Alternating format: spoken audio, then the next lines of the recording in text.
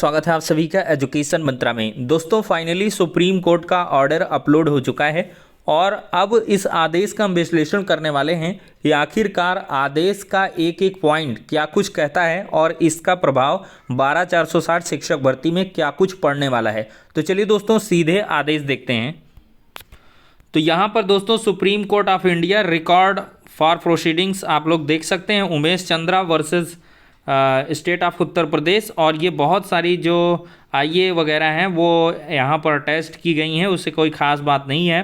Council for the parties आप लोग किसके वकील के नाम पर क्या कुछ पैसा दिए हैं ये लोग वकीलों के नाम यहाँ पर चेक कर सकते हैं।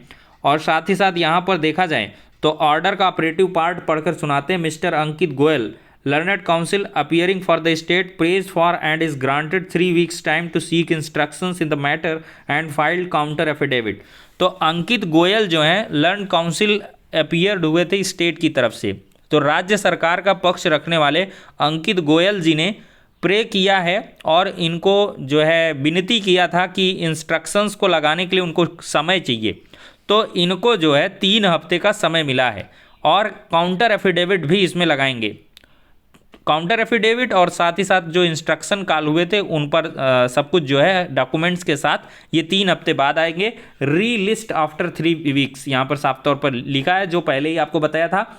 और ये सबसे मेन बात है, इन द मीन वाइल, इस दरमियान the post which are vacant already vacant, जो पद ऑलरेडी खाली हैं, ऑलरेडी जो पोस्ट खाली हैं, shall not be filled up, उनको भरा नहीं जाएगा। एंड स्टेटस को एज इट एग्जिस्ट टुडे, और आज से जो यथा स्थिति है वो बनाई जाएगी। Shall be maintain by the parties, दोनों पार्टीज की तरफ से, वादी पक्ष और प्रतिवादी पक्ष दोनों की तरफ से यथा स्थिति को बरकरार रखा जाएगा।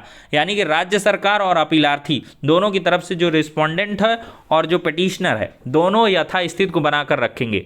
अब दोस्तों यही चीज़ तो मैंने आपको बताई थी कि जाकर के अभी भी वीडियो आप लोग देख सकते हैं कि वैकेंट पोस्ट के लिए स्टेटस को की सिचुएशन को मेंटेन किया गया है। लेकिन सबसे बड़ी बात यह है कि ये वैकेंट पोस्ट कौन सी हैं। जज साहब को ये नहीं बताया गया कि हमने दूसरी काउंसलिंग को भी कंप्लीट कर लिया है और अपॉइंटमेंट लेटर को डिस्ट्रीब्यूट कर दिया है।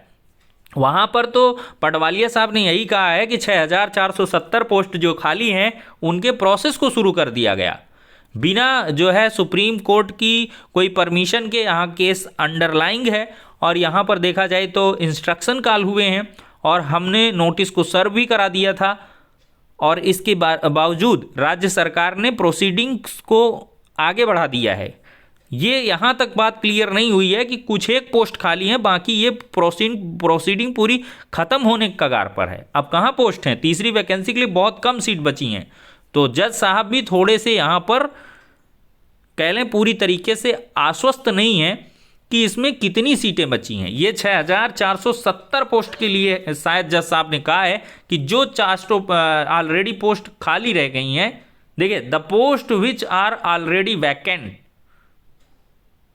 ये कहा गया है। तो सीधे से जो पोस्ट खाली रह गई हैं उन पर जो है भरने की प्रक्रिया आगे नहीं बढ़ेगी और स्टेटस को जनरेट किया गया है।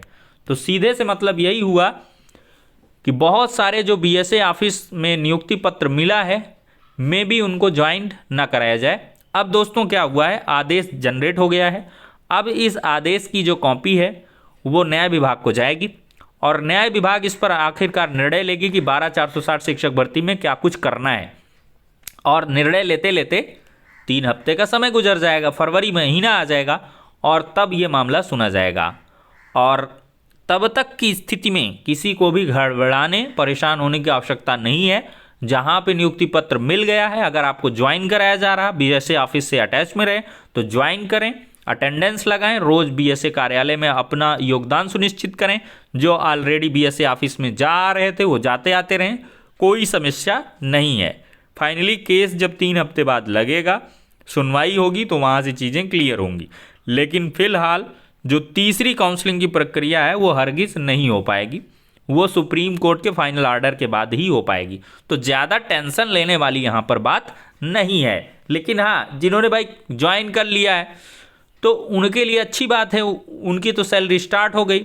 लेकिन जिनको ज्वाइन नहीं कराया गया है, जो भी ऐसे अभी जो है सचिव के आदेश का थोड़ा सा वेट कर रहे हैं, तो उनके लिए थोड़ी समस्या है सैलरी को लेकर के।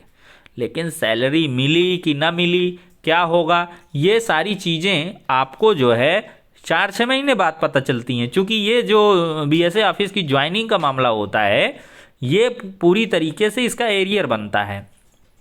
एरियर में आपको पैसा मिलेगा बकाया राशि में।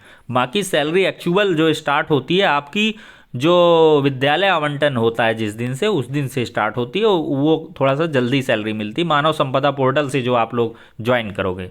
तो ठीक है, तो सैलरी का चक्कर ना पालें कि बहुत तकलीफ में आ जाएं कि अरे यार हमारी सैलरी तो नहीं बनेगी। अरे मेरे भाई, कम से कम जॉब मिल जाए, जो मिली हुई वो सुनिश्चित हो जाए। बाकी ये जिला वरीयता का झमेला थोड़ा सा कठिन है, इसको इतना आसान सरल ना लें। क्योंकि कहीं ना कहीं देखा जाए तो दोस्तों थोड़ा सा अहित हुआ है। क्योंकि जो पोस्ट वैकेंट हैं ये नियुक्ति पत्र ना पाने वालों की वजह से हुई हैं। अगर शून्य जनपद वहाँ पे नियुक्ति पत्र पाया होता तो वैकेंट पोस्ट रह न जाती। और कायदे से देखा जाए तो दोस्तों देखा जाए तो जो वैकेंट पोस्ट हैं उन पर जो है जो फर्स्ट राइट क्रिएट होता है वो जिले के अभ्यर्थियों का होता है। मैं अनबायस्ड चीज़ों को कहूँगा, मैं किसी का पक्ष नहीं लूँगा। इसमें जो ओपन टू ऑल किया गया है, कोई किसी भी ज़िले में जाए और थोड़ा सा समय कम मिला है अभ्यर्थियों को, किसी को सोचने विचारने का समय नहीं मिला है और अभ्यर्थी कहीं ना कहीं कंफ्यूज हो गए कि भाई ओपन टू ऑल का मतलब क्या है। नहीं तो गोंडा वाला अभ्यर्थी, सीतापुर वाला अभ्यर्थी जिसकी कट ऑफ थोड़ी सी ठीक ठाक थी, 68-68 के करीब थी, वो बेचारा आज अचयनित रह गया। कहीं ना कहीं वो किसी दूसरे जिले में चला जाता। क्यों भाई इतनी भारी भरकम वाली जगह में जाता? देर शाम तक काउंसलिंग का जो कह लें मेला था वो चलता रहा। तो कोई अभ्यर्थी वहाँ पे भीड़ देख करके, गुणांक का कुछ आइडिया लगा करके, उसको कुछ समय रहता तो दूसरी जगहों पर भी जा सकता था। इस स्थितियाँ अगर स्पष्ट रही होती। और कायदे से मेरे हिसाब से राइट क्रिएट होता है उस जनपद के अभ्यर्थियों का, उस जनपद से सीटों को भरा जाता था। पहले प्रोसेस यही था। लेकिन ये नवेली अकेली एक 12,460 शिक्षक भर्ती है जिसमें संजय सिन्हा जी ने अपने हिसाब से नियमों को थोड़ा सा फेरबदल किया। उन्होंने कहा कि भाई सेकेंड राउंड काउंसलिंग होगी वो ओपन टू ऑल होगी, कोई कहीं भी जाएगा। तो उसी को सचिव साहब ने कर दिया। पहले तो सचिव साहब कह रहे थे कि भाई जिले की मेरिट डाउन करके हम करेंगे। जो कही सुनी बातें मैं आपको बता रहा हूँ कि सचिव साहब की मंशा यही थी कि नियमावली के हिसाब से चला जाए। फिर शासनादेश के हिसाब से चल दिए।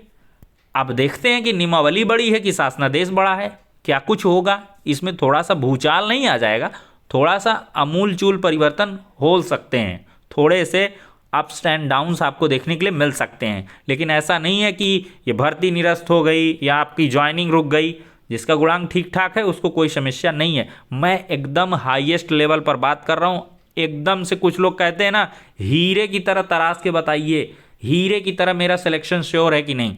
तो जो लोगों की मेरिट ठीक ठाक है उनको दुनिया ऊपर की नीचे हो जाए 12,460 में, उनका कुछ नहीं होना। इसमें लोअर लेवल वाले को, जो लोअर कट ऑफ है, उनको कुछ समस्या देखने के लिए मिल सकती है अगर कुछ परिवर्तन हुआ तब सुप्रीम कोर्ट में फाइनल कुछ उठापटक होती है। अन्यथा जो पा गया है, नियुक्ति पद पा गया है, थर्ड राउंड में फिर से चीज़ें हो जाएंगी, एज इट इज चलता रहेगा। तो उसके बारे में इन्फॉर्मेशन हम आप सभी को प्रोवाइड करते रहेंगे। चैनल पर बने रहें, जुड़े रहें, सब्सक्राइब करके रखें, ज़्यादा से ज़्यादा लाइक एंड शेयर करें जिससे मोटिवेशन हो ज़्यादा से ज़्यादा वीडियो बनाने का। नेक्स्ट में